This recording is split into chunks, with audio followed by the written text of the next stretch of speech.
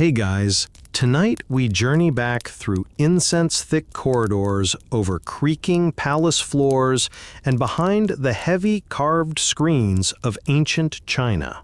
There's gold-threaded silk, peacocks with bad attitudes, and scrolls that could decide the fate of empires. You're about to walk in embroidered slippers through the life of Empress Wu, China's only woman to officially rule as emperor. You'll witness power plays in painted pavilions, eavesdrop on tea-sipping spies, and feel the chill of court politics, where a wrongly placed hairpin could mean exile. Fair warning, if you think modern workplace drama is intense, you probably won't survive 5 minutes in this royal snake pit. So before you get comfortable, take a moment to like the video and subscribe, but only if you genuinely enjoy what I do here. I'd love to know, where are you watching from, and what time is it over there? Drop it in the comments below. Now, dim the lights, maybe turn on a fan for that soft background hum, and let's ease into tonight's journey together. You're born around 624 CE, tucked into the cradles of a wealthy but not yet noble family. The Wu clan has risen through trade and a sprinkle of bureaucratic favor, but they're not imperial yet. Your father, Wu Shiho, is a lumber merchant with ties to the Sui and early Tang courts. You, meanwhile, are a baby wrapped in fine cloth with sharper eyes than most adults. Even as a toddler, you're told you speak with uncanny clarity. Your mother claims you understand poetry before you can walk. Typical proud mother exaggeration maybe, but there's something uncanny about how you study people. By the time you're 12, you're reading classics and writing essays. You're also skilled in music, calligraphy, and how to make a first impression last. And one day, the emperor hears about this bright young girl from a merchant household.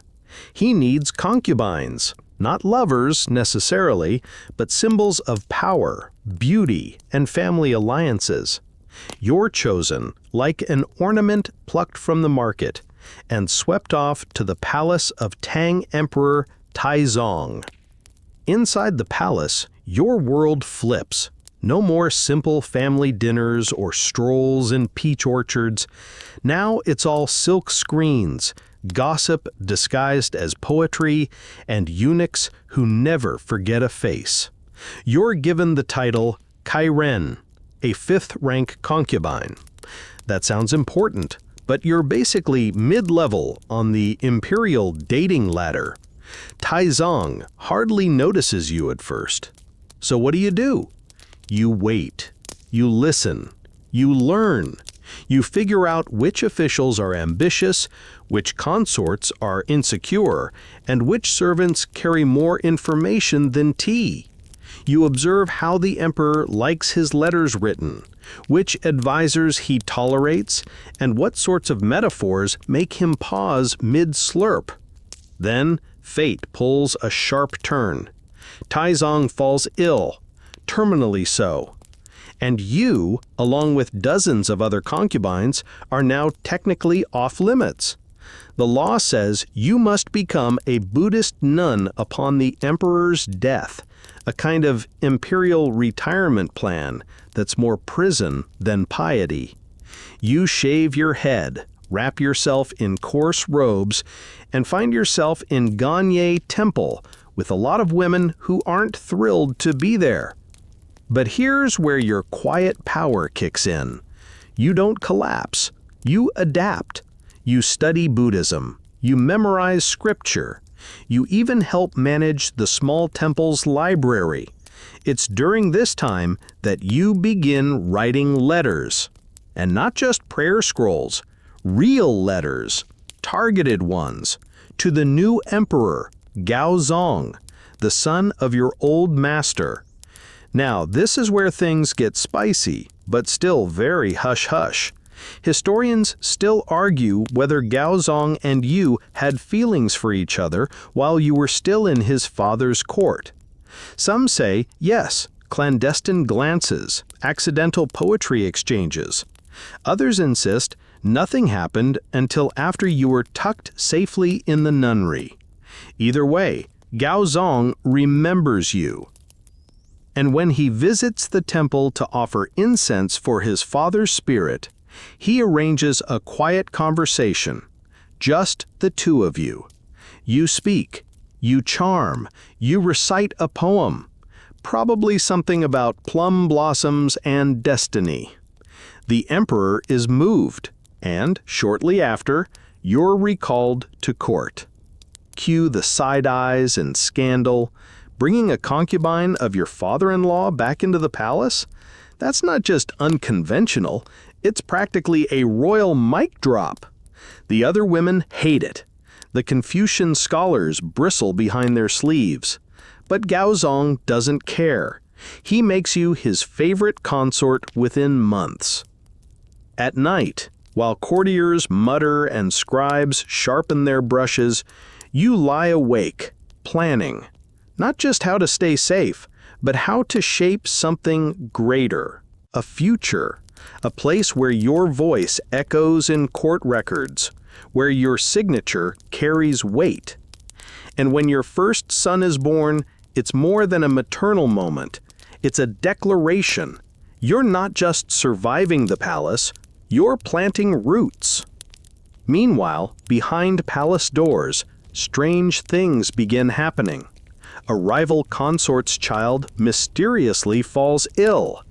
A court lady known to speak against you is reassigned, then disappears. Maybe coincidence, maybe strategy. You're not the only one playing this game, but you're playing it smarter. And through it all, you remain calm, still, focused. You write in longhand every night. Your brush whispers against silk paper. You read military reports, palace budgets, religious pamphlets, anything to understand the empire better than the men who run it. You're not Empress yet, but you're closer than anyone dares to admit. The halls are colder now. Not literally. There are still tapestries to block the wind and glowing braziers to keep the jade floors warm, but metaphorically, the temperature has dropped. You're no longer the mysterious new consort who charmed her way out of a convent. Now you're something more dangerous, a mother, with a child who bears the emperor's blood.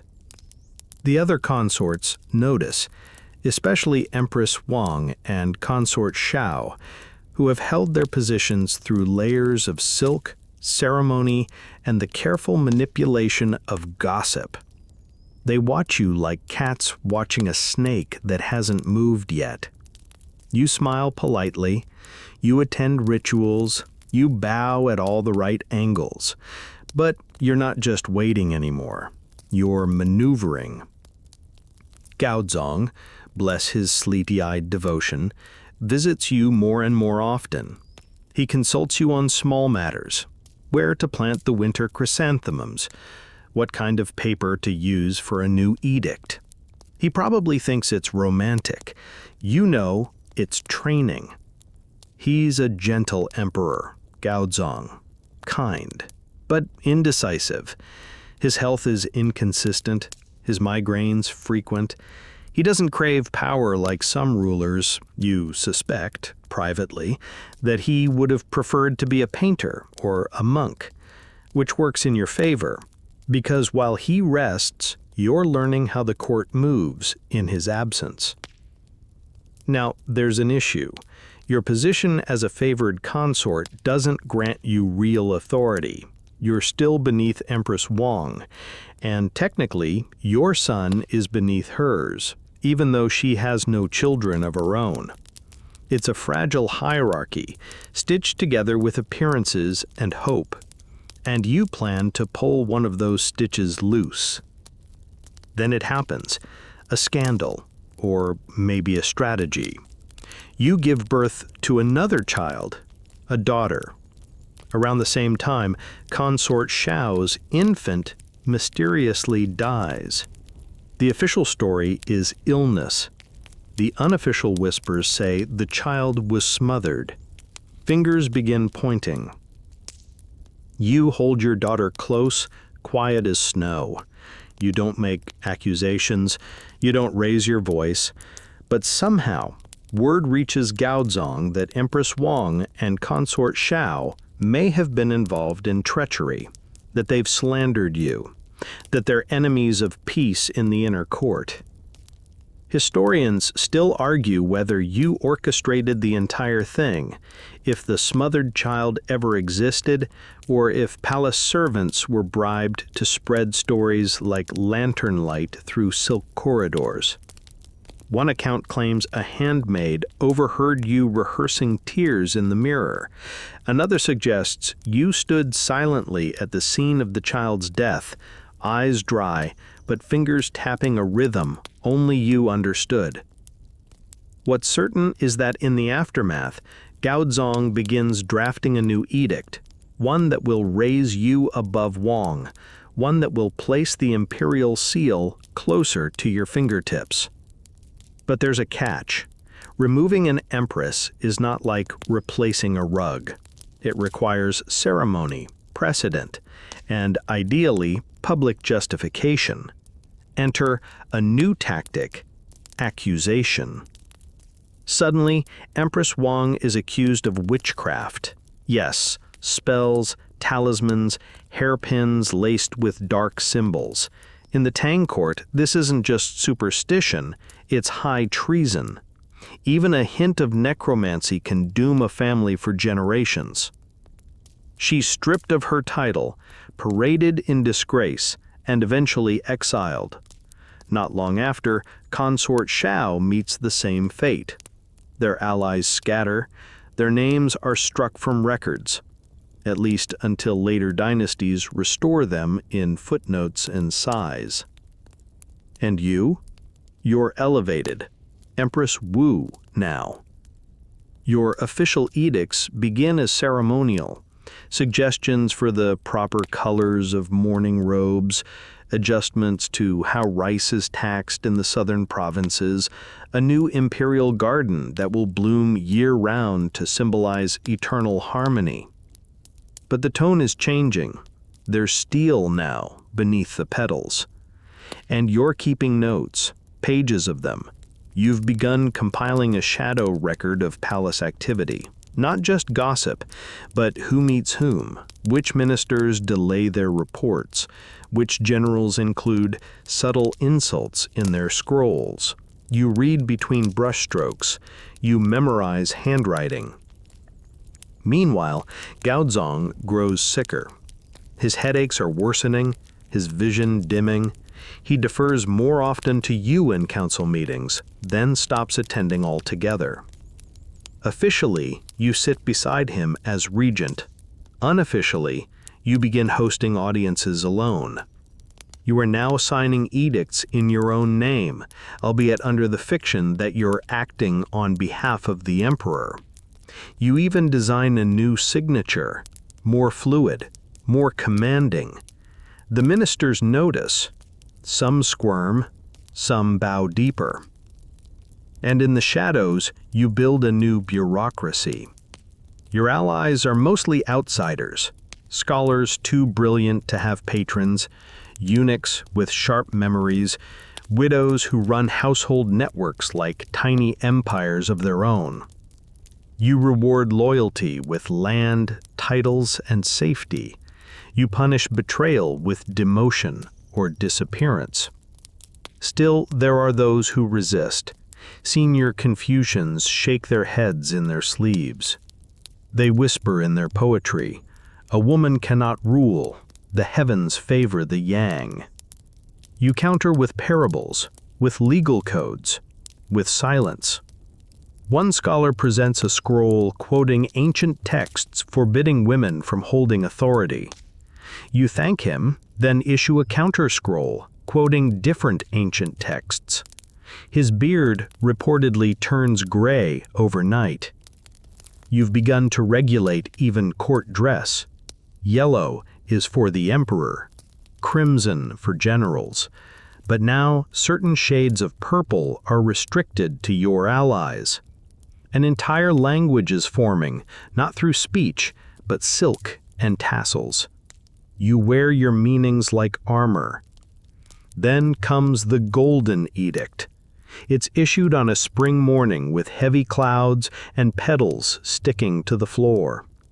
Gaozong's seal is at the bottom, but your words shape the middle. You are now Heavenly Empress. A title newly coined, a role newly defined. Gaozong still lives, technically. He eats soft fruit, he listens to music, but when foreign ambassadors visit, it's you they bow to. You have climbed higher than any woman before. You've done it one decree at a time. And the ink is still wet. Your steps echo louder now, not because the floor has changed, same polished tiles, same sandalwood corridors, but because people listen differently when you walk past. The attendants bow lower, the ministers glance up faster. You've become more than Empress. You've become a presence, a weather pattern. Gaozong's health continues its slow decline. He naps through court meetings, flinches at loud sounds, and begins referring questions to you without even looking up. When he does speak, it's often vague, dreamlike. Some say his mind is slipping. Others say he's just relieved not to be in charge anymore. Either way, you step in. You begin holding consultative audiences, a harmless-sounding term that means you gather advisors without the emperor present. At first, these are informal, then regular, then expected. The men in the room are uneasy. They look at one another, waiting to see who will object first. No one does.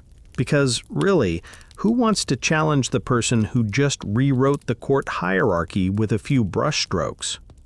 You start signing more documents directly, not just palace business, but regional edicts, troop movements, tax modifications. Gaozong is still alive, but your name is the one traveling on horseback to distant provinces.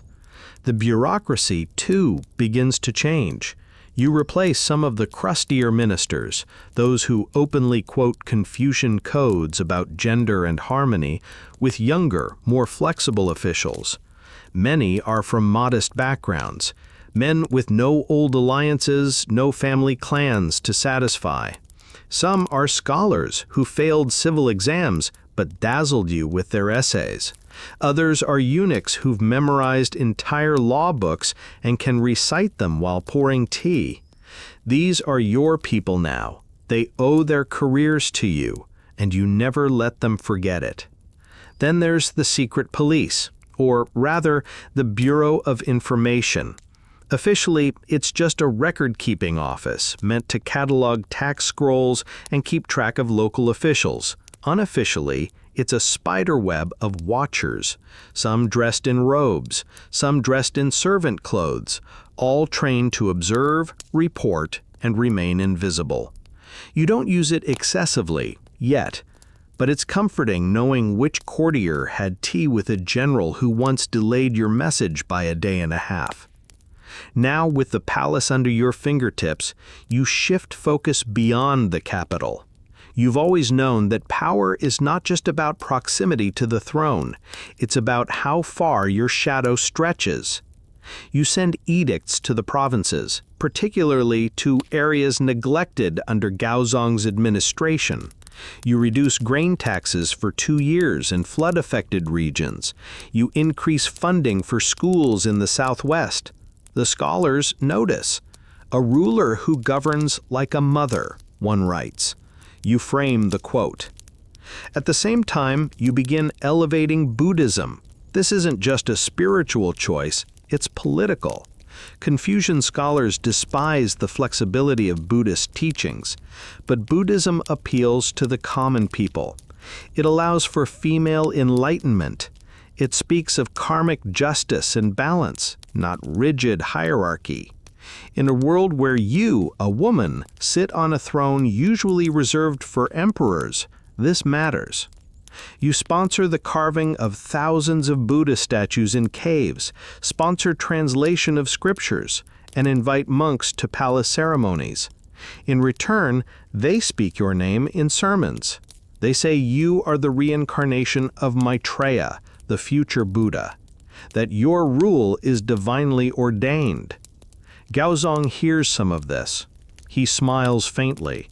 Maybe he believes it. Maybe he's just tired. Then one evening, during a moon-gazing festival, he signs another edict, quietly, without fanfare. It officially names you co-ruler, not regent, not acting empress, but equal in authority. The edict is short, poetic, and slightly ambiguous, which is just how you like it. From this moment on, your commands carry the full weight of law. Ministers no longer look over their shoulders to see if the emperor agrees. You've become the source. And yet, in the court archives, the word usurpation begins to whisper itself into the margins of scrolls. Historians still argue whether Gaozong issued the co-rulership willingly or under pressure. Some claim you blackmailed him. Others say he loved you too much to resist. And then there's the theory that he simply didn't want the job anymore. In truth, maybe it was all three. But there's one thing everyone agrees on. The court is no longer the same. You begin modifying rituals, small things first, the order of court entrance, the number of incense sticks burned in a temple. But soon, more significant changes follow. A new seal is commissioned bearing both your name and a phoenix emblem, a symbol of female sovereignty. Not the dragon, which represents the emperor. You don't steal his symbol. You create your own. Your seal presses into more clay now than his ever did. Then, one day, you issue an edict that startles even your closest allies. You create an office within the palace called the Bureau of Women's Affairs, not just to manage the inner court, but to advise on national policy. You appoint widows, nuns, and scholarly daughters of merchants as consultants. Some of the male ministers raise eyebrows. One coughs nervously and calls it innovative. Another suggests that it may unsettle tradition. You smile. Then raise their taxes. Meanwhile, you begin working late into the night. Reports pile up. You annotate them yourself. You adjust military assignments, revise budgets, and write notes in the margins of tax audits. Too harsh. Recheck merchant records. Why is Hunan underreporting salt by 2%? You also keep a personal journal, though no one is allowed to read it, not even your most trusted aides. Rumor says you once burned a page because a court cat stepped on it. The cat was unharmed. The scroll was not. By now, even your enemies admit you are no figurehead. You are methodical, intuitive, and deeply, painfully aware of how power operates. You don't indulge in excess. You don't host lavish parties. Your luxury is silence, order, and control. And outside the palace walls, the people begin to notice the change. Roads are repaired, teachers are hired, floodgates are reinforced. Even the tax collectors become marginally more polite.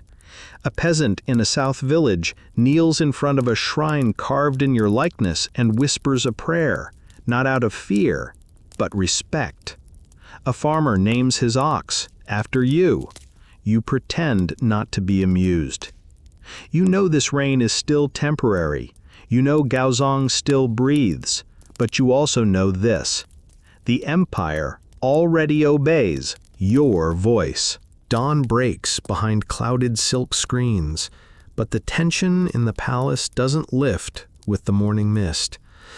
By now, your presence is like incense, pervasive, hard to escape, and impossible to ignore. But Empress or not, you still live in a court where affection is conditional, and loyalty shifts like sand under embroidered slippers. Which brings us to the cradle. Your children are growing. Sons and daughters, each one a thread in the future tapestry of succession. But among them, one child stands out, your infant daughter. Bright-eyed, soft-skinned, always bundled in silks dyed the color of plum blossoms. Until the morning, she isn't. She's gone. Dead, they say. Suffocated in her sleep. The nursemaid is inconsolable, or silent, depends on the account. There are no signs of illness, no sign of struggle, just stillness, like the universe held its breath. You don't scream, you don't weep, you sit still, wrapped in robes too heavy for mourning. And when Gaozong arrives, distraught, you speak only once. I left her in the care of Empress Wang. That sentence is a blade. Historians still debate whether this was grief speaking or calculation. Was your daughter's death a cruel twist of fate or a strategic removal, stage managed for maximum impact? There's no proof, only consequences. And the consequences come swiftly. Gaozong is devastated, but also furious. Not at you, at Wang. The Empress had already been falling from grace. This event hammers the final nail into her lacquered coffin. You suggest, softly, that she's unfit to supervise the palace, that perhaps her jealousy has led to carelessness, or worse. Whispers blossom like mold in the court corridors. An investigation follows. Papers shuffle. Servants are interrogated. The nursemaid disappears. So does a cook. Empress Wang pleads innocence. She wears white, fasts, prays publicly. You quietly wear crimson and go about your duties as if nothing has happened. Then Gaozong convenes the ministers. It's rare for him to gather them personally now, and rarer still for him to speak with such clarity. The Empress, he says, has failed to her duties to the inner court and must be removed. A collective inhale sweeps through the room. Heads bow. No one protests. Wang is stripped of her title, her name erased from the inner records. The poems she once sponsored are burned. She's exiled to a quiet corner of the palace with only 3 servants and no writing materials. The message is clear. She will never be heard again. You do not gloat. You simply accept the emperor's decision with a low bow. Then you host a tea ceremony for the court ladies. Casual, calming, mandatory. Everyone attends. From this moment forward, your rivals begin falling like peaches in a windstorm. First, Consort Xiao. She had once been Wang's closest ally. Now she finds her chambers ransacked and her jewelry inventory under review. Days later, she's accused of using forbidden charms to sway the emperor. A fragment of embroidered cloth with cursed symbols is discovered behind her bed. Xiao claims it was a gift from a monk. Gaozong signs the removal decree without blinking. The scroll reads simply, disgraced and unsuitable. That could mean 100 things, or just one. She is gone before the next full moon. But you're not done. You understand better than anyone that power is not secure until the witnesses are silent. So you widen the net. Eunuchs with too much memory are reassigned. Maids who once served Wang are married off to remote guardsmen. One scholar who penned a flattering verse about the former empress is mysteriously invited to teach in the mountains permanently. You tighten control like a ribbon drawn taut around a scroll. And still, you appear calm. Your face is serene. Your tone is gentle. Even when you request the archives to be adjusted, you do so with a smile and an apology for the inconvenience. And while this is happening, the common people remain blissfully unaware. To them, the court is a distant sun, warmth without detail. What they see is this: taxes are stable, roads are being repaired, flood warnings are announced earlier. One official begins publicly issuing rice vouchers during lean months. His idea? No, yours, but you let him have the credit. Meanwhile, in the court, you begin reconfiguring rituals. Some traditionalists grumble, but few have the spine to protest openly. You reorganize the hierarchy of palace staff, ensuring every corridor, every gate, every official has a name you chose or approved. You create new titles, new responsibilities. One such title, Attendant of the Northern Scrolls, is both confusing and oddly prestigious. The man you appoint to it smiles for the first time in years. Gaozong, weakened and often distracted by illness, spends more time in the gardens. He paints. He composes forgettable poems about cranes and rainstorms. He leaves state matters to you entirely now. Still, he's not a puppet, not exactly. He's a man who understands that power in your hands means peace at his table, and for that, he's grateful. Probably. Every so often, he speaks publicly, reminding everyone that you are his partner, his guide, his most trusted voice. He compares you to the stars, distant but dependable. You thank him with a poem of your own, though yours is better, naturally. Then comes the edict. You don't write it, not directly, but you oversee it. You review the draft, edit the phrasing, and suggest the final seal. It declares you Mother of the Nation, a new title with ceremonial weight and political implications. No one dares question it. Even the ministers who once rolled their eyes now roll out red carpets. Somewhere in the south, a temple begins carving your face into a hillside. You don't commission it, but you don't stop it either. You've won. For now. But victory is like lacquered wood. It gleams, but it cracks if you press too hard. And already, small fissures are forming. Allies growing ambitious. Sons growing older. Servants whispering behind closed doors. You keep a calm smile, but your brush trembles slightly as you write tomorrow's orders. You tell yourself it's the tea, or the air. Not fear. Certainly not regret. You've removed rivals, shifted the balance of heaven and earth, and carved your name into the clay of power. But now, you must hold it. You wake early now, before the gongs sound, before the palace murmurs to life. You sit quietly, combing your hair in long, practiced strokes. Your reflection flickering in a bronze mirror polished so often it glows like a full moon. The court will stir soon, with clattering boots and murmuring scrolls, but you already know what today holds, because you wrote it last night. From the outside, your power seems settled. You're the Empress, yes, but you're also something more. The de facto ruler. Ministers defer to you. Regional governors write directly to you. Foreign emissaries offer gifts with your name embroidered in gold thread. Yet there's still a veil, a curtain behind which decisions must be made quietly, delicately, as though you haven't already rearranged the pillars of power. So you start building something stronger. You begin installing your own people in more visible positions, not just background clerks or advisors, but regional commanders, tax collectors, even court poets.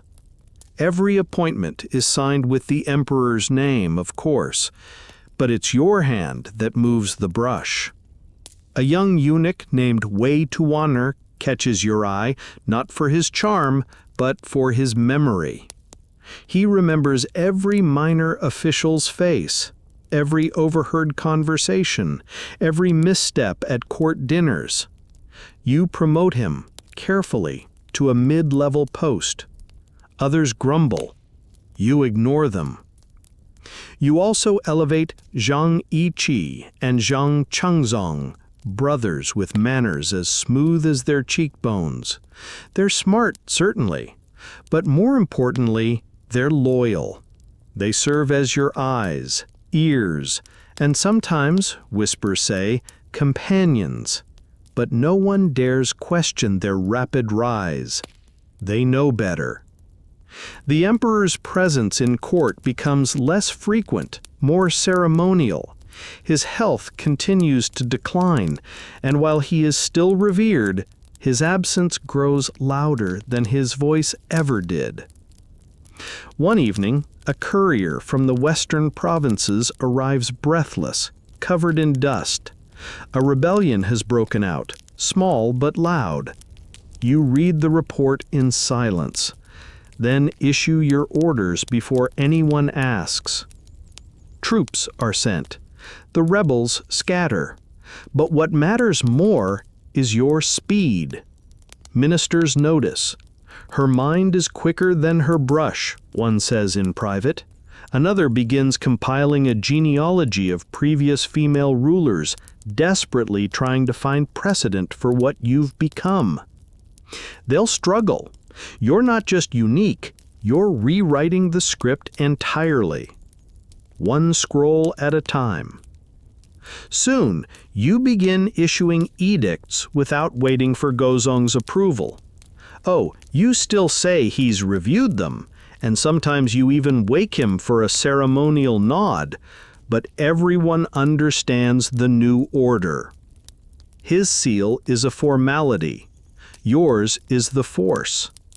You regulate everything: temple land ownership, silk production quotas, canal repair schedules. You even adjust the length of mourning periods based on seasonal crop cycles.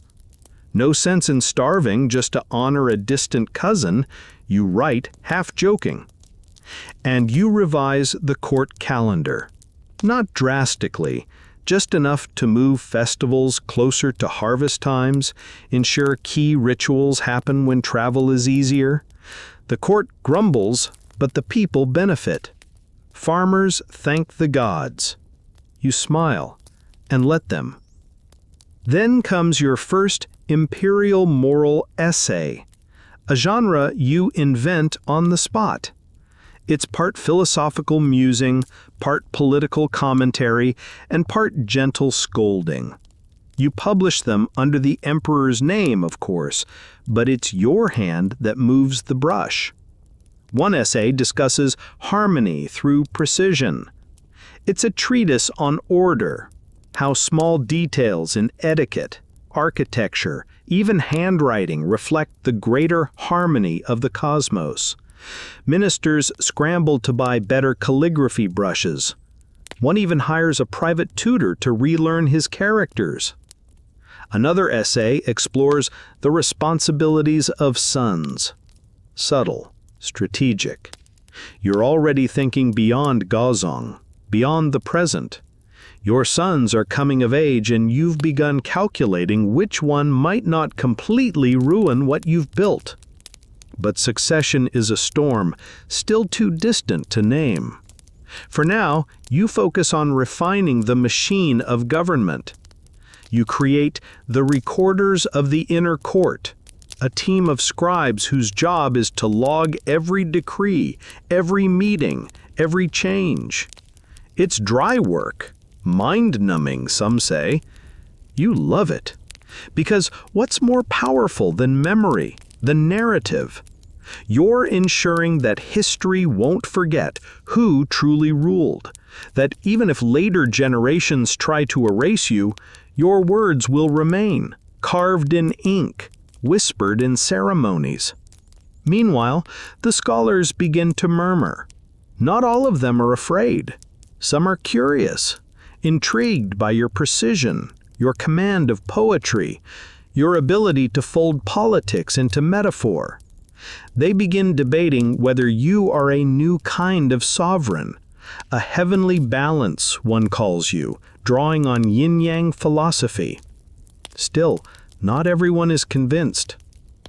One morning, you're handed a scroll filled with veiled critiques, an anonymous composition circulating among junior officials. It accuses the court of confusion between positions, of unnatural shadows cast by the sun.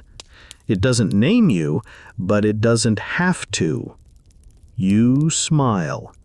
Then commission a grand poetry competition for the court, inviting all scribes and ministers to submit verses on the theme of clarity and light. You award the winner a new post and quietly reassign several others to provinces with very cold winters. Let them write metaphors about frost. At night, when the palace grows quiet, you sometimes visit the archives, alone. You read old court records, scrolls yellowed by time, filled with forgotten names and extinguished ambitions. Occasionally, you recognize a name you helped vanish. You feel nothing, mostly. You've become the architect of a new political structure, one designed to outlast even yourself. You don't just react to events, you craft them, like a chess master who moves 5 turns ahead and still appears surprised when the king falls. Your voice, even in silence, rules the day. And then, one winter afternoon, Gaozong coughs blood. Servants panic. You remain still. A physician is summoned, then another, then 3. They all whispered the same diagnosis in increasingly cautious tones. The emperor may not recover. You look out the window. Snow is falling. Each flake drifts like a thought unspoken. You nod once and begin preparing your next decree. It happens not with trumpets, not with chaos, but with silence. The kind of silence that settles in your bones before you even hear the words. Gaozong is dead. The news arrives wrapped in ritual, carried by trembling hands and soft-voiced eunuchs. The emperor passed peacefully in his sleep, they say, though the physicians had been less poetic only hours earlier. His decline had been slow, his body growing more fragile than the silk drapes that surrounded him. You don't cry. Instead, you bow your head and whisper a verse, one you composed the night before, just in case, something about plum blossoms falling before spring. And then you get to work. You could have disappeared, retired to a monastery like a proper Empress dowager, lived out your days in poetry and tea. That would have been respectable, traditional, predictable.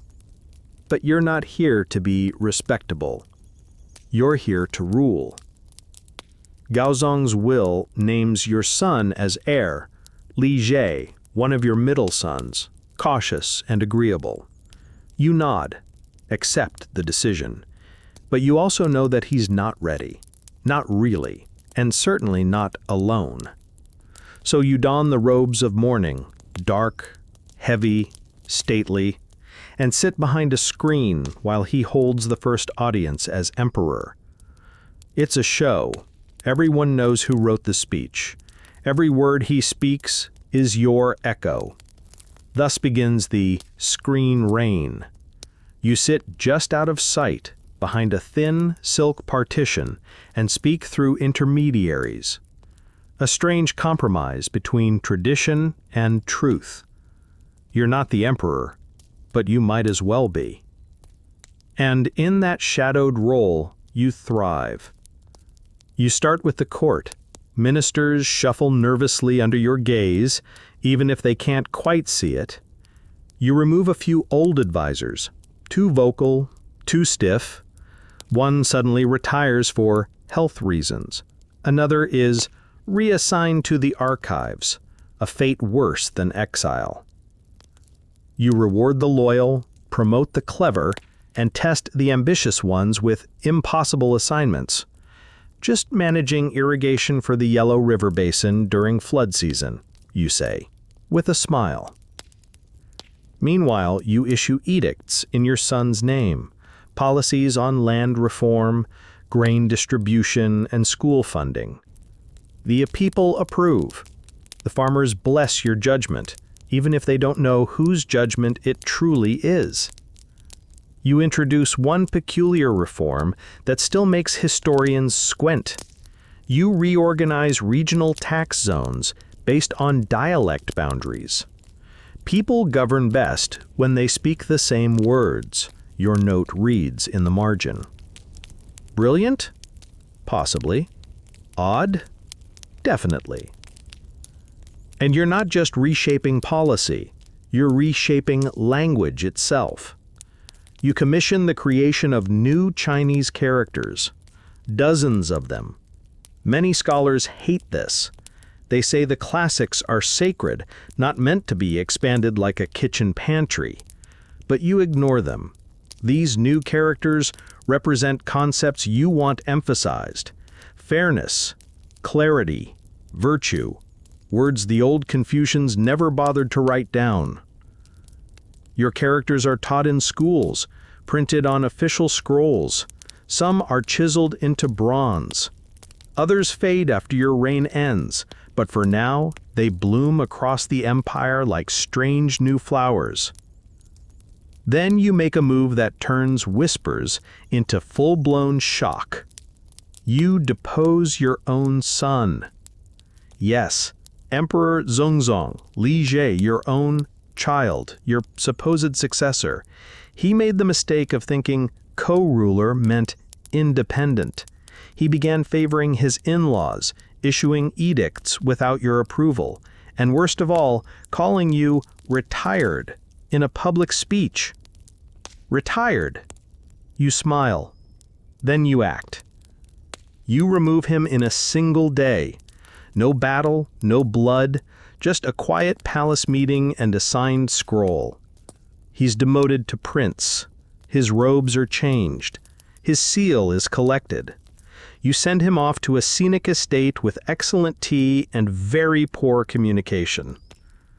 The ministers are stunned, but none protest, because here's the truth they've all begun to understand. You are not temporary. You install another son in his place, Li Dan, quiet and pliable. But again, you rule behind the screen. The boy signs what you write. He sits where you tell him. You teach him to smile at the right moments and nod on cue. And while the empire carries on, you begin preparing something more permanent.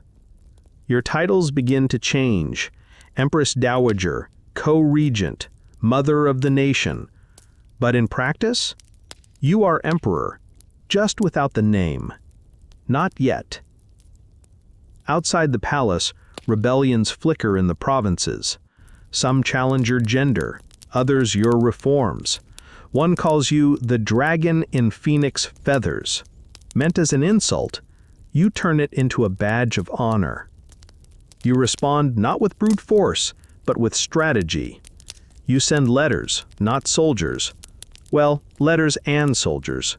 But the letters come first. Clever, calming, full of grace. Promises of pardon, offers of land. Threats disguised as invitations. Most rebels surrender before your troops arrive. And the ones that don't? Well, you keep your sword clean, but your generals don't. Still, you never become cruel. You're calculated, surgical. A letter here, a reassignment there. One governor who refused to acknowledge your authority finds himself suddenly in charge of counting cows in the most remote prefecture in the empire. He counts 427. Twice. In the capital, life flourishes. The markets are full. The temples ring with chants. The annual flood is unusually mild, which you immediately credit to the blessings of your good governance. Meanwhile, you commission a grand monument, a stele taller than 2 horses, polished to perfection. But instead of praising yourself, you leave it blank. Scholars argue about this for centuries. Was it humility, irony, a warning, or was it just unfinished? Only you know, and you're not telling. Your power now is not just felt, it's expected. You sign edicts without hesitation. You revise legal codes. You hold midnight councils with only oil lamps and tea. The ministers stop questioning your right to rule. They start wondering how long you'll live. And, quietly, a few of them wonder something even more radical. What if the woman behind the curtain stepped forward? You know the moment has come when even your rivals start pretending it was their idea. A visiting delegation from the West kneels before you. Not your son, not a proxy, but you. They address you as Emperor. Not Empress, not Dowager, not Regent, you, Emperor Wu. You smile gently and wave them up, offering tea. Back in court, the idea floats like incense smoke. What if the titles just reflected the reality? You are already making all the decisions.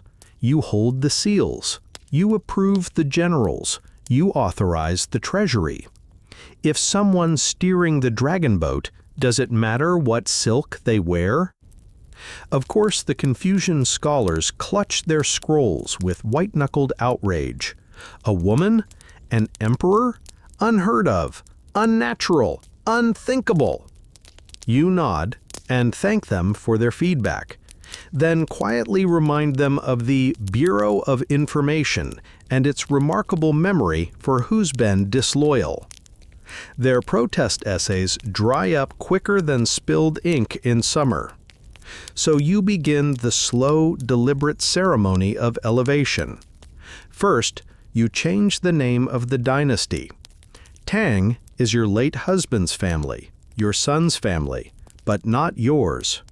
You create a new dynasty, Zhou, the same name as the ancient sage kings whose reigns were long and virtuous and, more importantly, unarguable. The Tang name isn't erased, just paused, stored gently in the annals until further notice. Your critics wail, but your supporters, they flourish. You don't rush the coronation. You make it ceremonial, sacred, quiet. A moment where power doesn't shout, it just is. You wear robes of deep crimson, lined with black and gold. A phoenix crown rests on your head. Not a dragon, because you're not borrowing symbols, you're creating them. You issue an edict stating that you are now Huangdi, the same imperial title used by every male ruler before you. You don't say female emperor. You don't say special case. You say emperor, full stop. And the empire, it accepts it. Because by now, you're not a theory, you're reality. You're the reason the roads are safe, the granaries are stocked, and the border generals have new boots.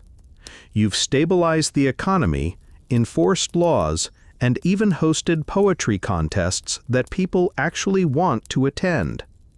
So when the bells ring across Luoyang to announce the new sovereign, people don't panic. They exhale. Still, power doesn't become easier now, it becomes heavier. You must govern without precedent. You must anticipate criticism before it's spoken, defend decisions before they're questioned.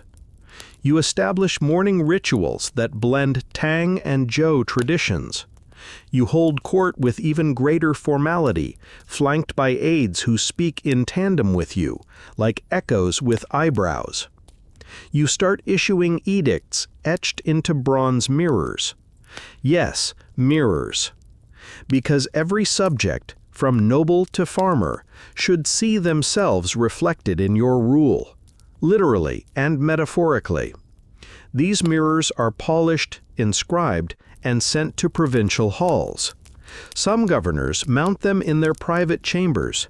Others stare into them, confused, wondering if there's a message hidden in the reflection. Maybe there is. You also make a surprising move, appointing women to formal positions in government. A few are widows of scholars. Others are nuns with deep scriptural knowledge. You place them in charge of education, court protocol, and even border negotiations. Ministers gasp. One faints. Another retires out of moral discomfort. You smile, sip tea, and suggest a replacement with sharper handwriting. Your court becomes known for its precision. Rituals begin and end to the chime. Reports arrive on time or not at all. You encourage scholars to debate, but only after they've submitted a polite outline. You have no patience for chaotic thinking. Still, it's not all discipline. You host lantern festivals with puppets and plum wine. You commission musical pieces about cloud shapes and falling leaves. One performance involves 6 dancers dressed as mythical animals reenacting the life cycle of a peach. You cry laughing. At one point, you release an edict regulating the exact angle of hat brims in the imperial court. You write, "Too low, and no one can make eye contact." Some call it ridiculous, but others see genius. Because when you regulate hats, you're really regulating attention.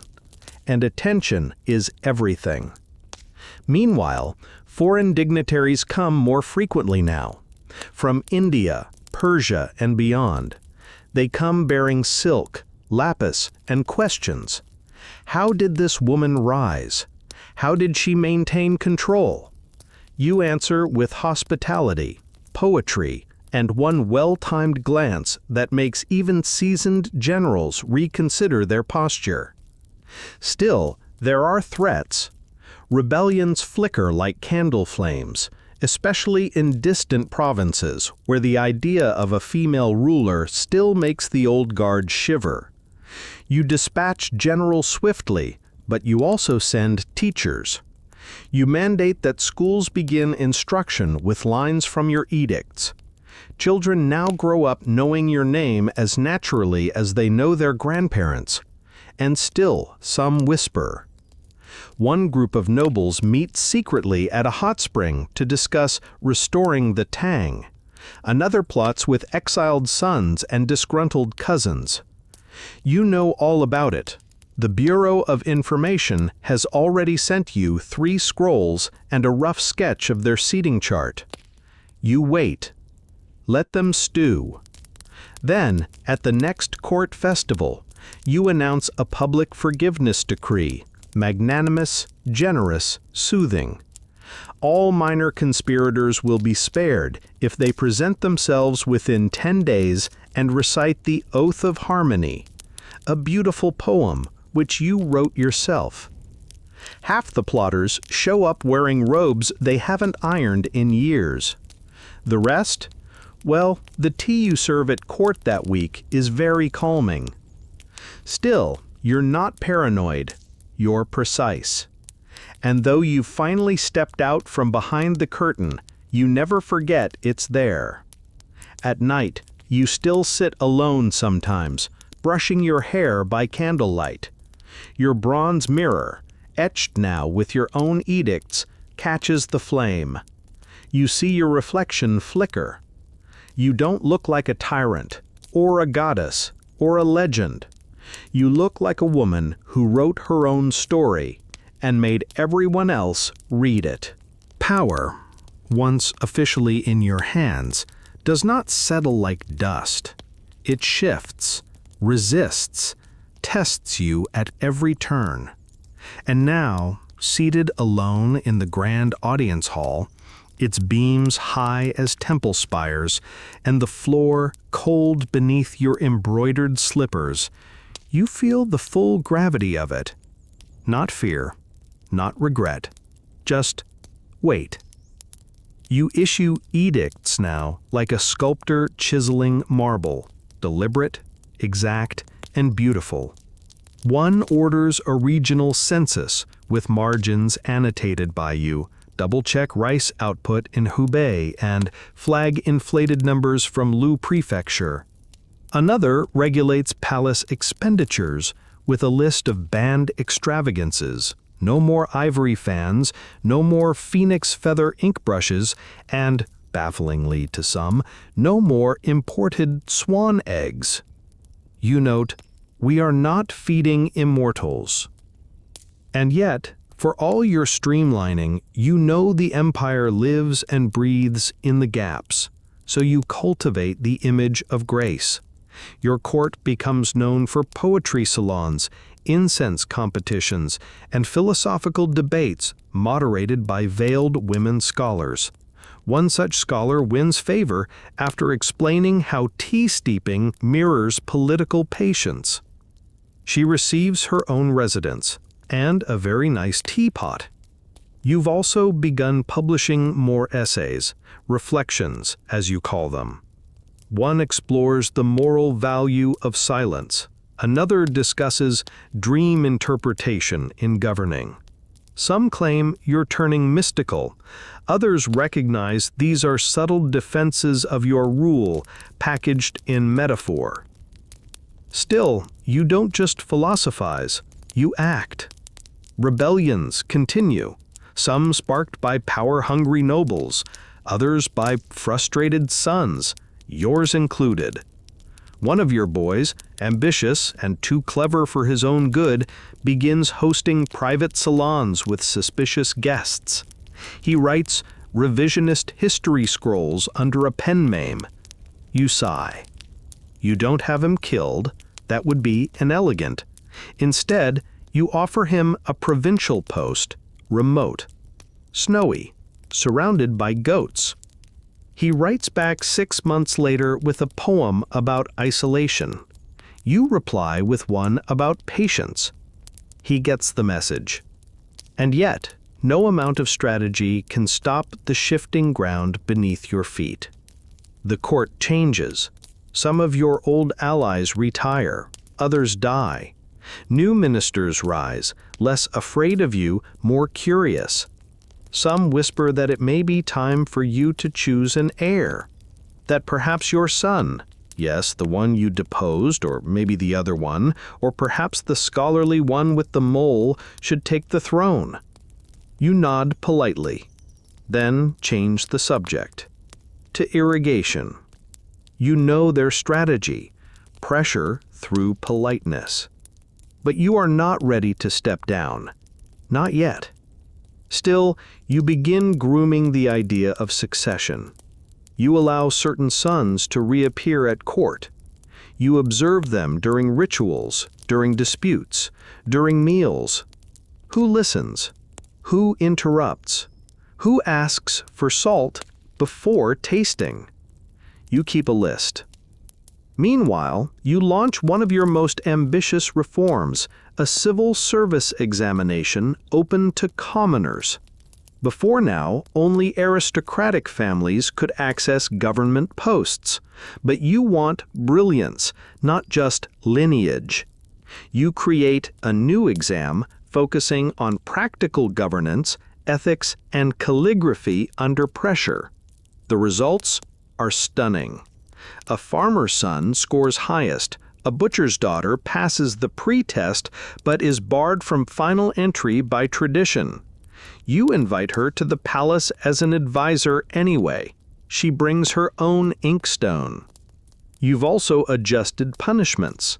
Where earlier dynasties used floggings and exile, you introduced fine-based systems and public service. Let discipline be a lesson, not an ending, you write. Still, for those who betray trust, especially trust placed by you, justice remains sharp. Then, comes the meteor. It streaks across the northern sky, bright, loud, unforgettable. The people murmur, a sign, they say, an omen. Some claim it means death, others change. You act fast. The next day, you issue a beautiful scroll titled The Heavenly Alignment. In it, you explain the meteor as a cosmic acknowledgement of your rule's virtue, a celestial nod. You quote Buddhist texts, Confucian verses, even an old Taoist weather manual, which you definitely just read last week. The people are soothed. More importantly, the ministers are silenced. You've mastered not just leadership, but storytelling. Still, you don't ignore the signs. You begin strengthening the Zhao name further. You build temples not to yourself, but to concepts, justice, harmony, vigilance. You send statues of these virtues to the provinces, each with a plaque bearing one of your edicts. Some mock it, others kneel. You also create a new calendar cycle, shorter, more precise, aligned with seasonal festivals and agricultural rhythms. It's beautiful, elegant, predictable, like you. And then, one early spring morning, you do something unexpected. You walk outside. No guards, no ceremony, just you, a scarf, and the plum blossoms. The city stops. Vendors freeze mid-sale. Children stare. An old woman gasps and drops her fan. You nod at her. She bows so low you think she might never rise. You return to the palace with flushed cheeks and the scent of flowers in your sleeves. The story of your stroll spreads faster than any decree. They say, "She walks among us." Maybe that's the greatest power of all, not to command from above, but to appear mortal, touchable, present. It's risky. It's brilliant. It's you. And later that night, alone with your mirror, you trace one of your invented characters. Clarity. The reflection nods back. By now, the Zhou dynasty is no longer a whispered experiment.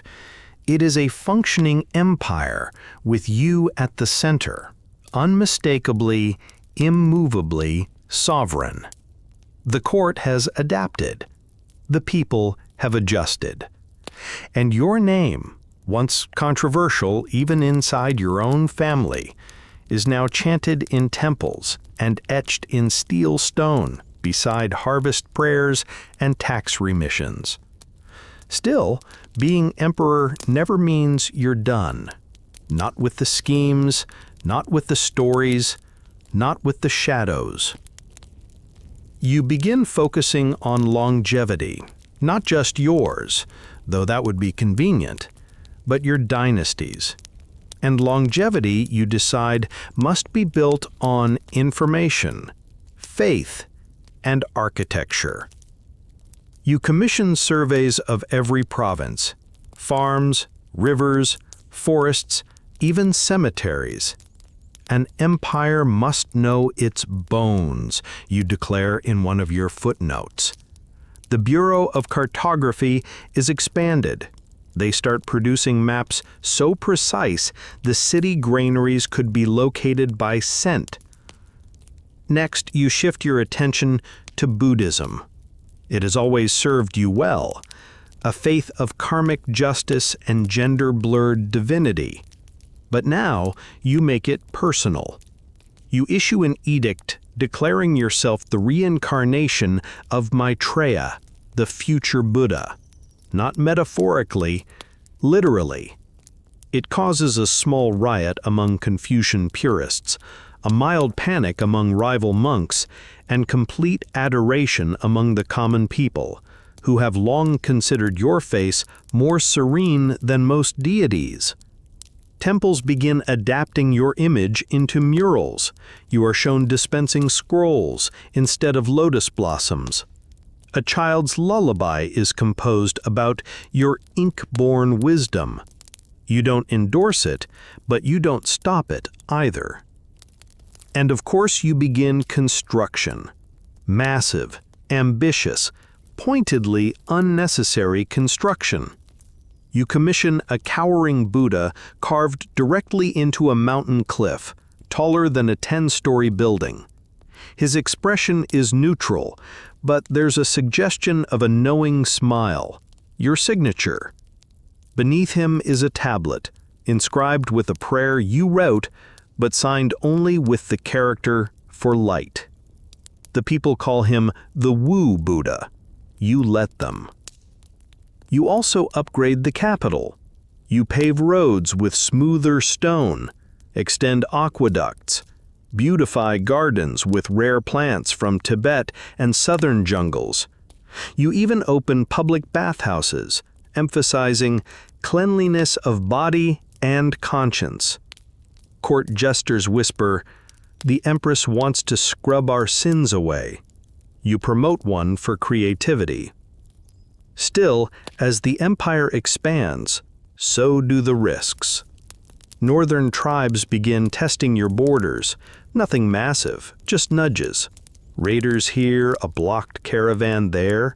You respond swiftly, not just with armies, but alliances. You invite their emissaries to Luoyang. You host grand banquets, feed them candied lotus, and recite poetry about mountains and horses. You gift them silk robes embroidered with the character for mutual respect. Then, at just the right moment, you casually mention that your generals have been training with new crossbow formations. The emissaries eat faster. Even foreign observers start to take serious note. Korean scholars send copies of your reforms home, describing them as unusually balanced. A Persian merchant writes, "The emperor is like an invisible clock, always ahead, never rushed." An Indian monk compares your governance to the rhythm of temple bells. Some of these quotes you frame. But inside the court, storms begin to rumble. Your sons, now men, see the writing on the walls. One writes a poem titled, "The Moonlight is Always the Same," clearly a veiled comment on succession. Another begins courting support from older ministers, nostalgic for Tong days. You watch. You sip tea. You adjust your inkstone. And then you do something no one expects. You recall your previously deposed son, Li Jie, to court. The one you demoted, exiled, scolded in poetry. You invite him back, publicly, with honors. Whispers erupt. Why? Has she gone soft? Is she dying? No. You're setting the chessboard. You bring him back to show you still control the pieces. You seat him at court, give him ceremonial duties, assign him a staff, your staff. He bows. He says nothing, but you see it in his posture. He remembers exactly who holds the ink brush. Meanwhile, you continue rewriting rituals. You change the order of temple offerings. You replace old songs with newer, quieter ones. You allow women to participate in ancestor rites. Confucians grumble. Buddhists rejoice. The people are divided, but deeply curious. And that's what you want, their attention. Because with attention comes loyalty, and with loyalty comes legacy. Still, the court watches your every move. They track your health, your appetite, even your steps. You fake a limp one morning just to observe their panic. That night, you walk unassisted to the archives and laugh quietly by candlelight. But you feel it too. Not weakness, not yet, but the closeness of time. The way your hair is slower to dry. The way your knees ache on cold stone. You brush it off. You write more. You read more. You rule harder. And still you're gentle where you can be. You pardon minor offenders. You lower salt taxes in drought areas. You send physicians to villages struck with winter fevers. You issue one particularly odd edict outlining unpleasant dream scrolls, nightmare-inducing art meant to scare children into obedience. You write, "Let the state correct behavior, not shadows." Scholars study it for decades. Now, as the harvest nears, you walk the palace garden in twilight. The trees are older. So are you. But everything still listens when you breathe. And you realize this is what you've built. An empire that bends toward your voice, but blooms under your silence. The scrolls come in thicker now. Reports, petitions, praise poems, warnings disguised as philosophy. You read them all, even when your eyes blur under candlelight. No one edits them for you, not anymore. You trust your scribes, but not that much. By now, your bureaucracy hums like a lute string, clean, balanced, tuned. You've even created an office for reviewing the reviewers, a team whose sole job is to check whether other officials are being too generous in their reports. The irony doesn't escape you. One time, you caught a clerk describing river maintenance in a region where the river had dried up 10 years ago. He now manages mosquito nets in a humid valley. Still, what you find most interesting now isn't what your empire says, it's how it breathes. You notice when harvest festivals grow smaller in one district, when complaints vanish entirely from a region that previously sent 3 a week. You ask questions others are too proud to ask. Why are there fewer wedding ceremonies in Jiangxi this year? Has anyone tested the quality of ink in Jiangdong lately? Your aides scribble frantically behind you. They say the emperor misses nothing. They're not wrong. And you don't just monitor, you teach. You invite young scholars, men and women, to read with you at dawn. They recite the Analects, the Lotus Sutra, your own edicts. You correct pronunciation gently. You ask them to rewrite passages as riddles, as songs, as love letters to the idea of justice. Sometimes you laugh. Once you clap your hands in delight when a girl from a farming village rhymes virtue with pigeon in a legal metaphor. You give her a promotion. She cries. You pretend not to notice. But even as you cultivate intellect, your attention never drifts from the machinery of control. You know a loyal governor can lose his footing if his cousin in court grows too bold. You know that alliances rot faster than summer pears, so you keep moving your pieces. You rotate officials every 2 years, enough time to learn the terrain, not enough to plant a rebellion. You allow petitions against your own policies, but only on specific parchment, distributed by your office. If someone complains on improper scrolls, well, they're clearly not familiar with the correct way to dissent. The punishment is mild, mostly paperwork, and a stern look. And you never stop writing. Your edicts now span every topic. You regulate bridge width, mandate better pay for stable boys. You issue an entire set of scrolls on shoe construction, insisting that the foot's peace ensures the journey's success. The cobblers love you. Still, not all is smooth. Court rivalries persist, quieter but sharper. One group of ministers begins aligning around your oldest grandson. They speak of renewal, succession, the wisdom of early transition. You respond by casually inviting the grandson to debate tax policy with you in front of 50 officials. He stammers. You smile. The ministers shuffle their feet.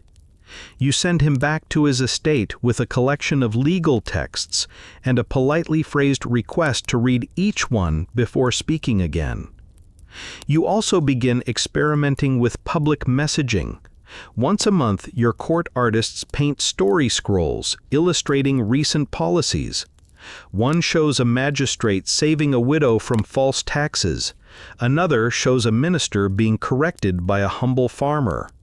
In every scroll, you appear as a glowing figure, serene, poised, holding a brush that glows just faintly gold. Some call it propaganda. You call it bedtime reading. You're not above subtlety either. You introduce a new ceremonial incense called Clear Mind. It's burned during court sessions and official exams. You claim it improves focus. What it actually does is mask nerves and make everyone forget their own objections. One minister writes home, "Her court smells like wisdom and fear." Outside the capital, the countryside flourishes. You've sent medical caravans to remote villages, planted schools where there once were abandoned shrines, commissioned wells and granaries with the funds saved by canceling 2 unnecessary palace banquets. You've even regulated how far apart tea shops can be built in rural towns. Too close and tempers boil, you write in the margin. Too far and feet blister. But even in prosperity, you remain vigilant. Your personal bodyguard grows larger, though it blends in with the court's aesthetic. Eunuchs trained in martial arts, ladies-in-waiting who've memorized assassination methods. Your inner chambers are swept daily, not for dust, but for poison needles and listening devices disguised as jewelry. You sleep lightly, always have. One night you wake to find the moonlight perfect for writing, so you draft a short decree reducing taxes for lotus farmers. You call it a gift from the moon. People begin holding lotus festivals on full moons thereafter. And so your presence bleeds into culture, not by force, but by familiarity. Children grow up speaking your proverbs. Fishermen name boats after your virtues. Even dogs, you hear, are being named Woo. Still, your thoughts drift more often now to what will remain. What will be whispered 2 generations from now? What ink will outlast your voice? And in that quiet concern, you issue one of your most enduring decrees, the standardization of edict style. You define line length, character spacing, and the placement of seals, so that the future may read the past with ease, you write. Some say it's your most beautiful scroll. Others say it's boring. You say, good, because boring lasts. There's a saying in the palace now, beware the golden hairpin. It started as a joke, whispered between nervous clerks and wide-eyed scribes. But jokes in your court have a way of turning serious, because the last time someone found a golden hairpin lodged between pages of an imperial report, that minister vanished the next day. You never confirmed the meaning of the symbol. Was it a warning? A signature? A test? You didn't say. You just issued a new memo on the importance of accurate record-keeping. and wore gold in your hair the next day. Message received. The truth is, you don't rely on fear, not entirely, but you understand its utility. You also understand that power is a performance, and sometimes the tension in the silence is more important than the volume of your decree. Still, the palace pulses with intrigue. Late one autumn evening, a maid reports a suspicious scroll in a flower vase. It contains a coded poem. It's not a good one. Something about jade petals and crumbling thrones, but it's signed with a curious mark, a stylized phoenix feather.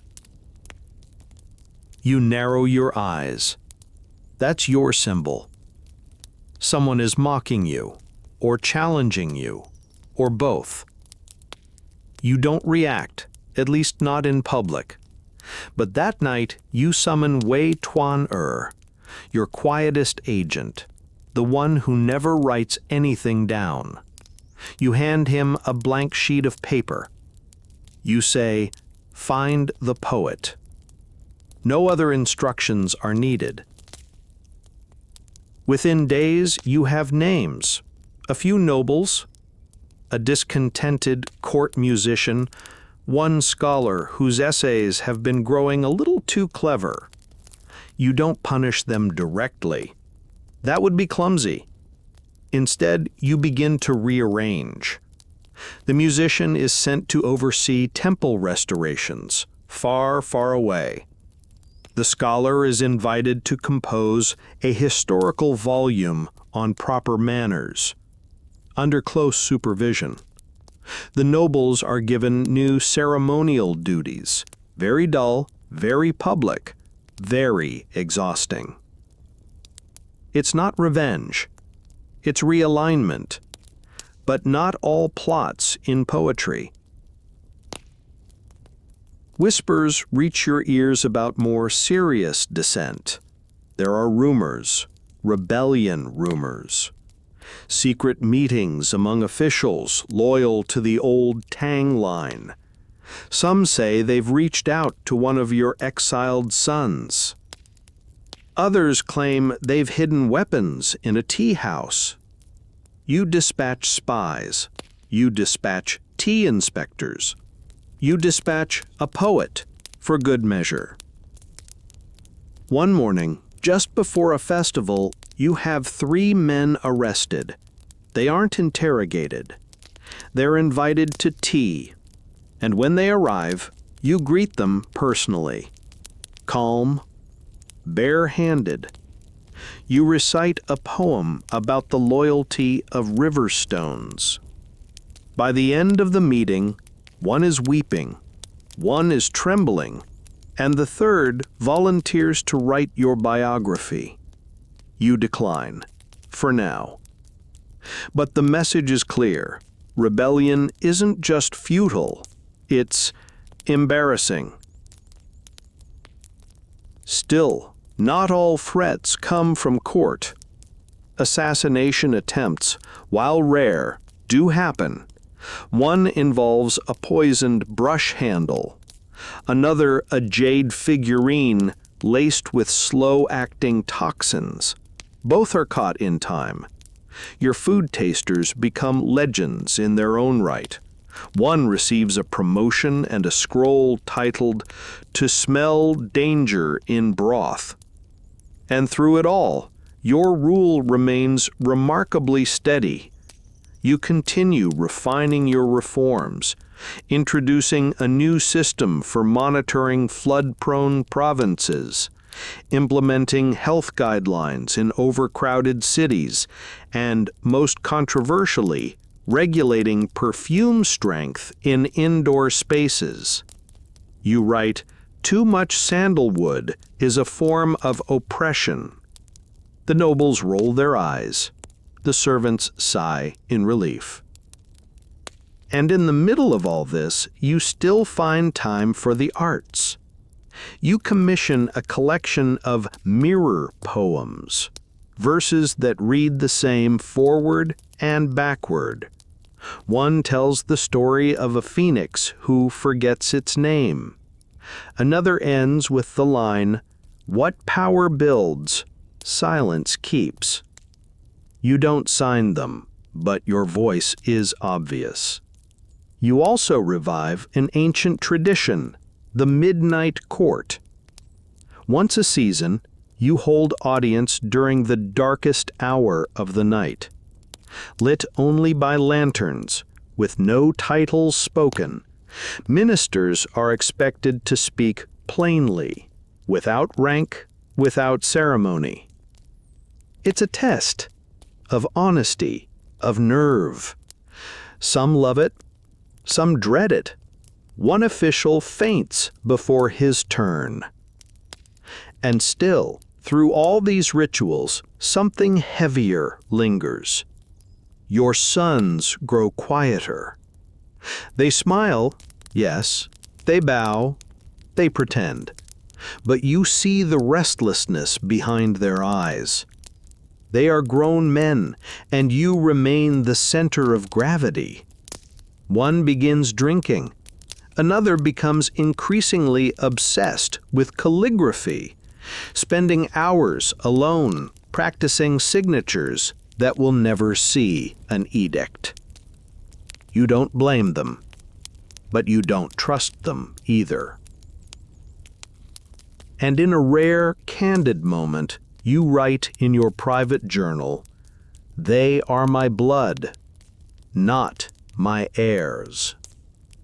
You also begin drafting contingency plans, backup successors, hidden regents.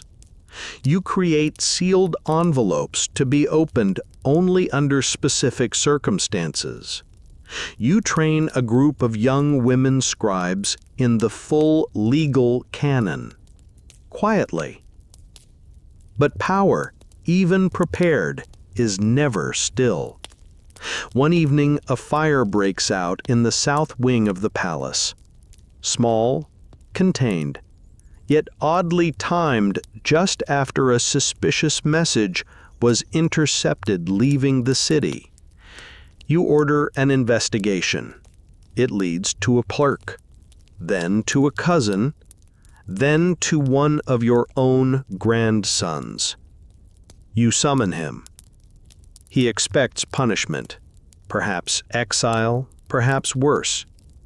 Instead, you pour tea, and you tell him a story of a phoenix who flew too close to its reflection. He leaves confused. He doesn't plot again. But the lesson isn't for him. It's for the court. You've become more than a ruler. You're a mirror, and those who see themselves too clearly in you are often the most afraid. The golden hairpin returns one morning, laid gently on your writing table. No one claims it. No one needs to. You wear it that day, just behind your ear, a quiet gleam, a warning. And the palace, for a while, falls back into order. You begin to notice it in the details, the way the stone steps take a moment longer to climb, the subtle change in how your physicians greet you, cheerful but with longer bows, the increased number of ginseng parcels sent from regional governors. No one says anything directly, of course. They wouldn't dare. But you feel it. Time is slowing you, however gently. Still, your days remain full. You rise early, conduct morning rites with precision, and host court sessions that stretch well past tea time. You hold audiences with scholars, artisans, generals, and even a group of blind musicians seeking state funding. You approve them all after they perform a piece so haunting that even the guards at the back wipe their eyes. You still write your own edicts. One, issued in early spring, covers regulations on poultry hygiene in city markets. Clean hands, calm stomachs, you write, a line that somehow becomes a proverb within the month. Another reform mandates that scroll carriers undergo etiquette training. A scroll deserves grace, you explain. But beneath the routine, something shifts. The court grows restless, not chaotic, just unsettled. Your ministers know change is coming, not because you're failing, far from it, but because nature insists that no sun hangs in the sky forever. You can see the calculations in their eyes. Some try to guess your favorite among your sons. Others rehearse being supportive of whichever successor you choose. A few have even taken to quoting your early essays aloud at court, as if the best student might be rewarded with the best future. You play along, for now. Because this moment, this twilight of your reign is delicate. It's not about clinging. It's about shaping what comes next.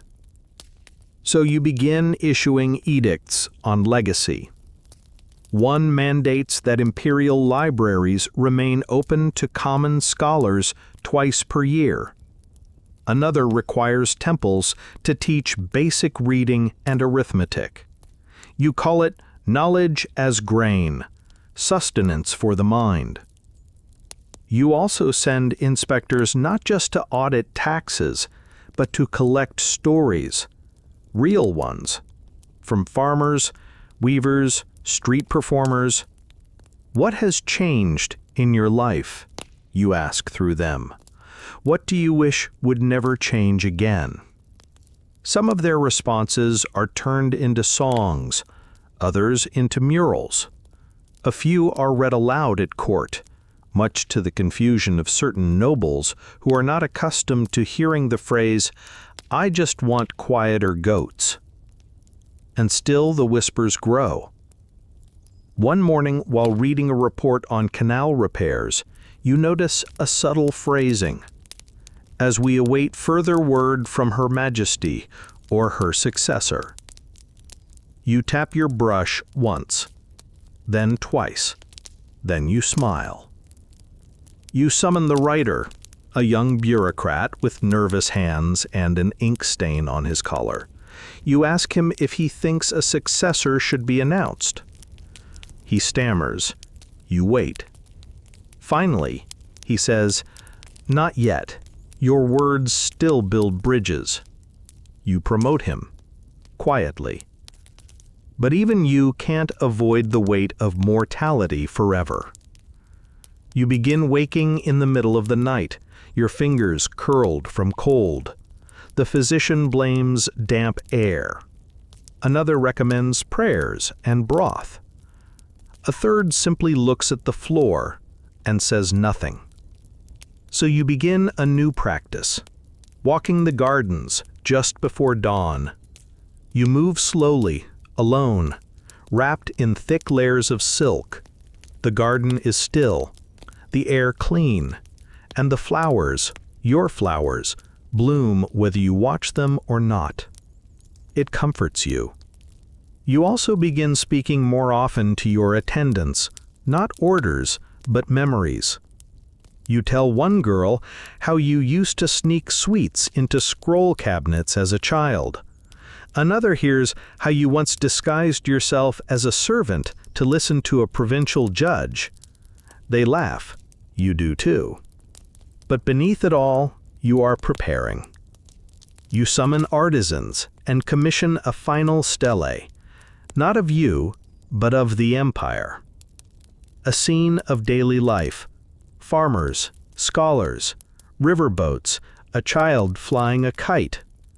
You draft the inscription yourself. To govern is to serve. To serve is to see. It's short, uncharacteristic, but perfect. And quietly you begin shaping the final transition. You restore Li Jie, your son, your once deposed heir, to the position of crown prince. It's not a concession, it's a calculation. He has matured.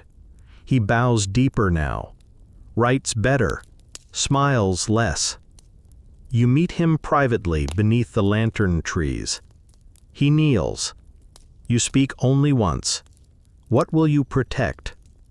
He answers, the silence between your words. Good enough. You issue an edict naming him successor, but leave it unannounced. For now. Then one morning, you feel it. You try to rise. Your knees ache too sharply. Your breath is shallow. You wave off attendants, tell them to bring ink. They panic, but obey. You write one last line. The scroll ends, but the message does not. And then you lie back on your silken pillows, breathe in the scent of sandalwood, and close your eyes. The news travels softly at first, like the ripple of wind over silk. The emperor is ill. Then, the emperor rests. Then, finally and only in a whisper, the emperor is gone. You are not buried immediately. First comes ritual, a series of steps you yourself once revised for clarity, now performed in exacting silence. Officials gather. Scribes weep, some honestly, some politely. And still, all of them wait for confirmation, for direction, for your final move, even now. Because your presence does not leave with your breath. It lingers. In every scroll room and stone corridor, in every policy on food distribution, in the bronze mirrors etched with your characters, in the inked laws copied across provinces where people say your name with something close to awe. Li Jie, now Emperor Zhongzong, once again steps forward. He does not roar into power. He enters it like a man standing under your shadow, quietly aware that the sunlight has only shifted, not vanished. He confirms your burial at Qiangling Mausoleum, high on a slope in a spiral tomb lined with stone statues. Inside, your sarcophagus will rest beside Gaozong's, as tradition suggests. But everyone knows, everyone, whose name history will linger on. The court prepares your posthumous title. And here, once again, you surprise them. A sealed decree arrives, written in your hand, predating your passing by months. It reads, "Let there be no posthumous name of flattery. Let my deeds speak. Let ink suffice." Some ministers object. Others nod solemnly.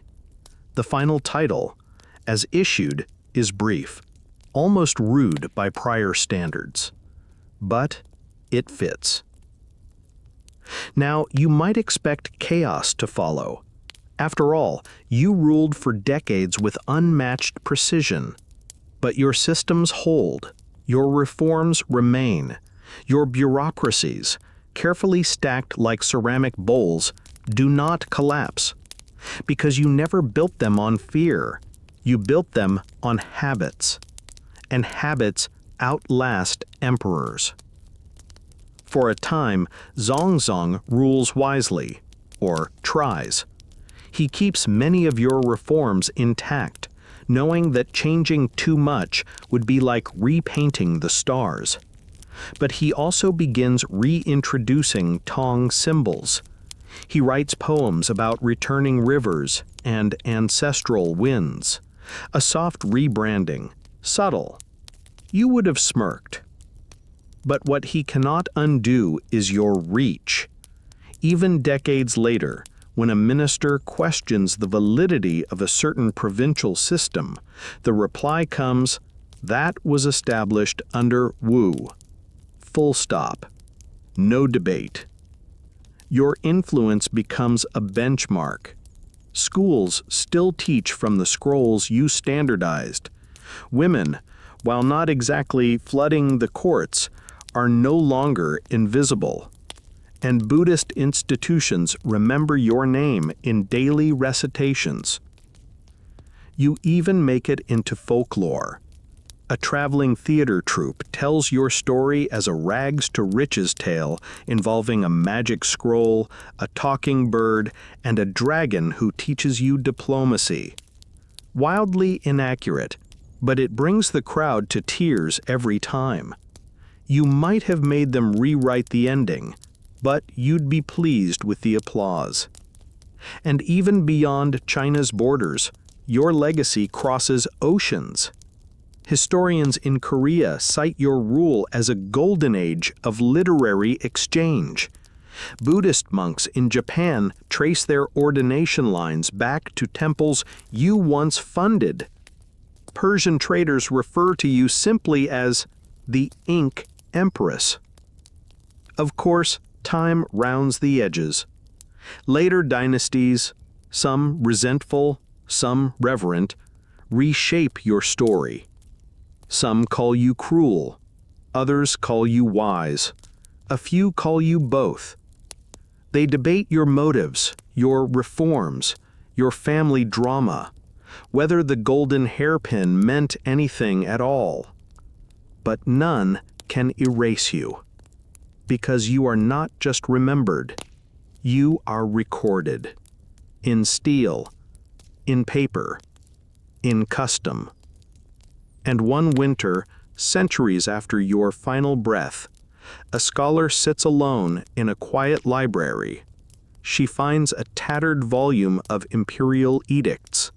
The ink is faded, the characters old-fashioned, but the name on the first page? Wu Satya. She reads your words by candlelight. She copies one line into her own journal. She doesn't know it, but in that moment, your reign begins again, if only for a heartbeat. And you still are writing. There is something strange about legacy, the way it walks ahead of you, even while you're still alive, and then lingers behind long after you're gone. For Empress Wu, or Emperor Wu, as you insisted, it is not just a memory. It's a blueprint, a mood, a voice in the corridors of time that never quite goes silent. Years pass, decades roll on. New emperors arise, fall, scheme, and sweat beneath crowns lighter than the one you wore. Yet when governance falters, someone will always mutter, "In Wu's time, this would not have been tolerated." It's not nostalgia, it's calibration. You become a measuring stick of discipline, of ambition, a vision wrapped in calligraphy and sealed with phoenix red wax. Of course, there are attempts to sand down your memory. A few dynasties later, court historians take a chisel to your reputation. They call you manipulative, dangerous, unnatural, a woman who dared to write her name where none had been written before. One record even suggests you used witchcraft to curse rivals. Another, more poetic, accuses you of writing spells disguised as law. You would have laughed, and then had them reassigned to border guard duty. But for every story that tries to reduce you, another rises in quiet defiance. An elderly woman in Sichuan lights incense to your name, not as a goddess, but as a guide. A traveling storyteller in Guangzhou spins your tale for children with wide eyes and sticky rice in their hands. A young girl, taught by her grandfather, recites one of your poems before a school exam for good luck. You are not just history now. You are infrastructure. Your legal codes form the bones of future dynasties. Your reforms, merit-based exams, land audits, and the bureaucratic checks and balances become default settings. Your written language innovations, while not fully adopted, spark debates that echo into modern script reform. Even in architecture, your preferences linger. Courtyards shaped for contemplation, not just command. Temples with open space for both monks and the common people. Gates carved with characters of your invention, weathered now but still legible. But your most peculiar legacy, skincare. Yes, centuries later, palace records of your beauty rituals become objects of obsession. A mix of ground pearl powder, lotus root, and rainwater stored in jade bowls is rediscovered in a dusty scroll and promptly copied, sold, and marketed with your name. Wu's glow becomes a trending phrase. You become the first emperor with a beauty line. Historians groan, marketers cheer. And then there are the questions. They never stop. Was she cruel or clever? Did she love any of her sons? Did she write the mirror poems herself or dictate them? Was her Buddhist devotion sincere or just a veil of politics? Did she orchestrate the death of her own child? The truth is, all these questions contain their answers, and none of them do. Because you were never just one story. You were the mother who led armies, the widow who restructured taxation, the poet who outwrote her censors, the strategist who could smile in silk while drafting someone's demotion with perfect meter. You were, as one scholar later writes, the phoenix who taught the dragon to blink. And while many rulers fade into the parchment of chronicles, you remain vivid, not because you were flawless, but because you were deliberate. Even your silences were architectural. In the end, the same scholar who doubted you in his youth later concludes in a quiet, half-erased note. She governed more justly than most men and wrote more beautifully than all. Your tomb still stands. Your mountain statue still gazes. And somewhere in the hush of an archive, a brush moves, slowly, reverently. Your name is written again, and the scroll does not end. The wind over the capital feels different now. It's slower, softer, the kind of breeze that rustles scrolls instead of flags, lifts petals instead of swords. The Zhou dynasty has folded back into Tang, as you planned, quietly and without war drums. And yet, your fingerprints remain on everything, from the shape of imperial seals to the rhythm of harvest festivals. You are gone, yes, but the empire you molded continues to walk in the footsteps you carved. Your son, Emperor Zhongzong, now rules in full. He inherits not just the throne, but the system you built.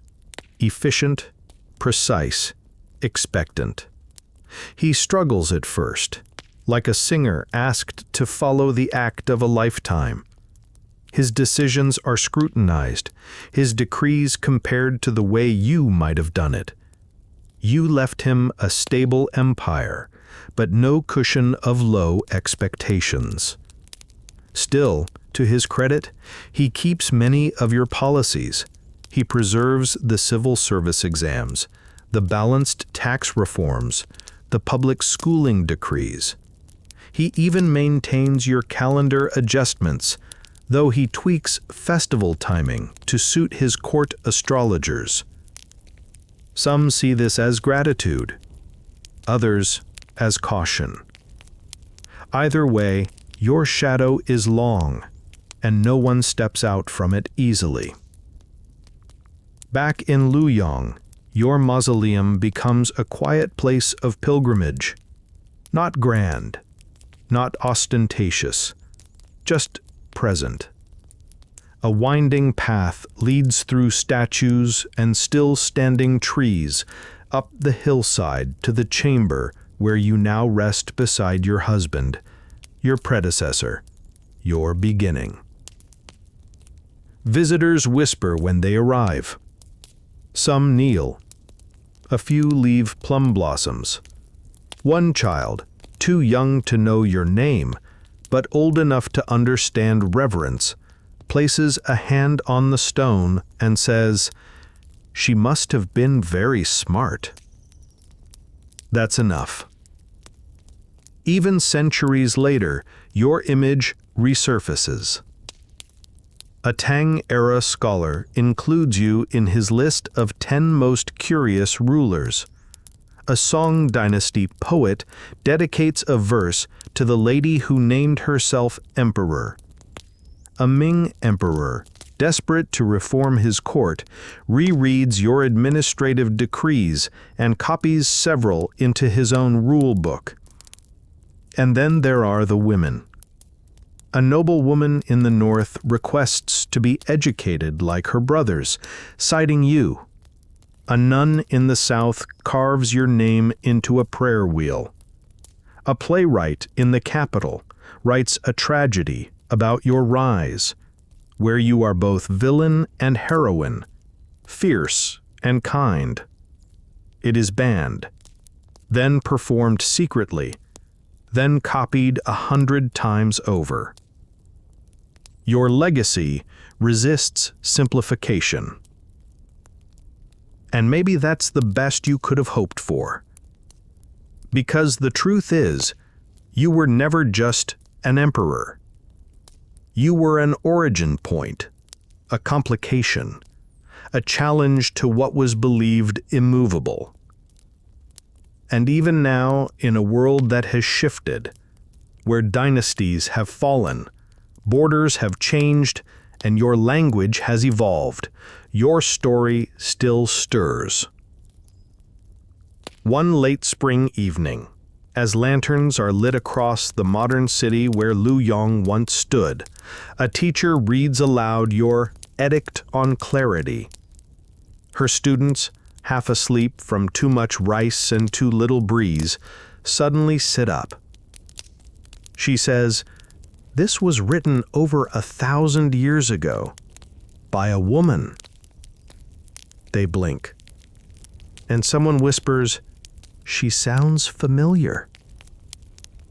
Because you do. You're the sound of ink gliding confidently across silk, the click of a seal pressed with intention, the voice behind the screen, no longer hidden, the ruler who didn't wait to be allowed. You didn't conquer with armies, you conquered with edits. One scroll at a time.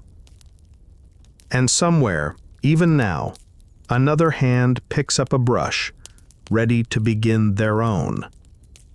Because you proved that legacy doesn't wait to be invited. It writes itself, and it signs in bold. And now the story rests. The scrolls are rolled up, the lanterns dim.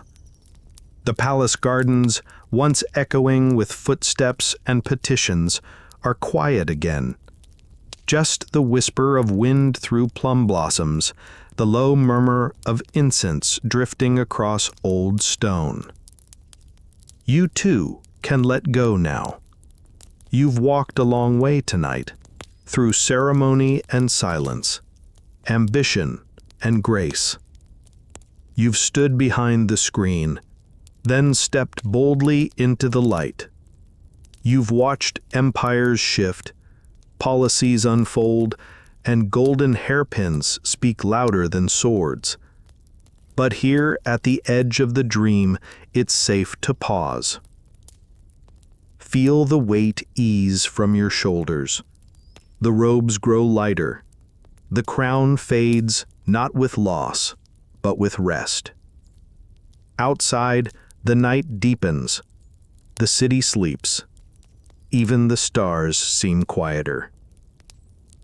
And as you drift now, slowly, gently, let the rhythm of calligraphy become the rhythm of your breath. Let each stroke, each sound, each step into memory settle softly across your thoughts. You've earned this stillness. Tomorrow the world will continue. Laws will be written, dreams will be shaped, names will be remembered. But for now, there is only this moment. A quiet garden, a fading scroll, and sleep.